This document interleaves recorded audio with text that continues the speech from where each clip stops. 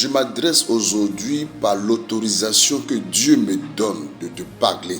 Je parle à un entrepreneur, je parle à celui qui a des idées et dont ces idées, il veut les mettre en pratique. Je parle à celui qui a commencé une activité, celui qui est son propre chef. Je parle à celui qui aspire à la prospérité financière, à celui qui veut voir un changement financier dans sa vie, à celui qui s'est battu, à celui qui a fourni des efforts, mais ces efforts sont vains, mais qui a dans la tête, qui a dans la pensée de voir sa vie financière changer. Aujourd'hui, il y a plus de frustration dans le milieu chrétien en termes financiers. Les chrétiens sont frustrés, sont déçus, sont abattus, sont découragés parce que financièrement parlant, ils sont malades, ils sont handicapés. Ils vivent une vie financière de sous-régime, de sous-gouvernance et de médiocrité.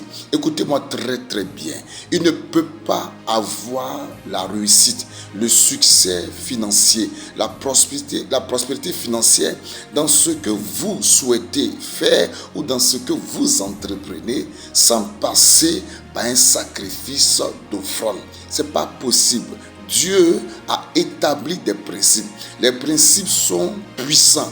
On ne peut pas les changer. On ne peut pas les contourner. Tous ceux qui ont du succès dans la vie, ils ont ce succès parce qu'ils ont certainement obéi à un principe de Dieu et qui fait que ces personnes sont en train de connaître une montée financière à tous les niveaux. Ça ne les garantit pas le paradis. Mais ce qui est important, c'est que ces personnes ont obéi à une loi. Il y a une loi dans Genèse chapitre 8, verset 22, qui dit tant qu'il aura la pluie, tant qu'il aura le soleil, tant qu'il aura le vent, l'hiver, l'été, la loi de s'aimer et de récolter ne passera pas. C'est une loi universelle. Elle ne s'applique pas uniquement qu'aux chrétiens.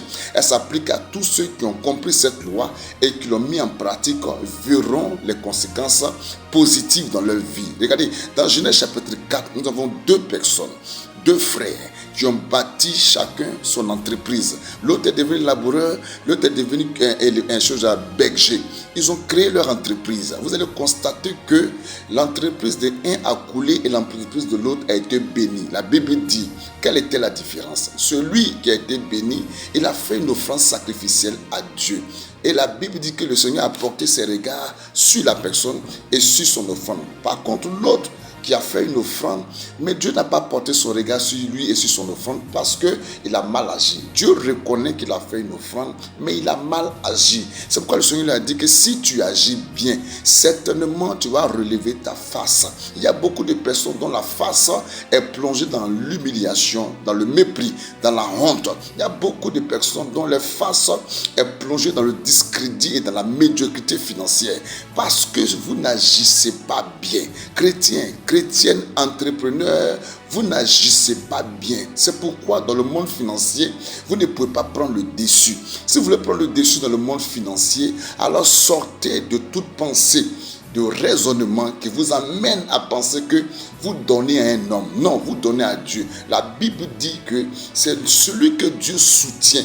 C'est celui-là qui est béni. Quand Dieu a les regards favorables portés sur toi, tout ce que tu fais est béni. Tu fais plus d'efforts et les choses viennent vers toi. Je vais te dire, si tu agis bien, en cette année 2025, ton visage sera relevé. Ton visage ne sera plus abattu, tu ne seras plus triste. Mais si tu agis mal, il est fort probable que c'est la raison pour laquelle tes finances sont au point mort. Alors shalom à toi et reçois la grâce de Dieu et sois béni au nom de Jésus. Je prie que ton sol financier soit restauré. Je prie que ton sol d'entreprise soit restauré. Je prie que le sol de ta vie soit béni par le Seigneur et que tu connaisses l'abondance financière, l'abondance à tous les niveaux. À partir d'aujourd'hui, que cette parole ait un impact dans ta vie et produit le miracle selon ton âme.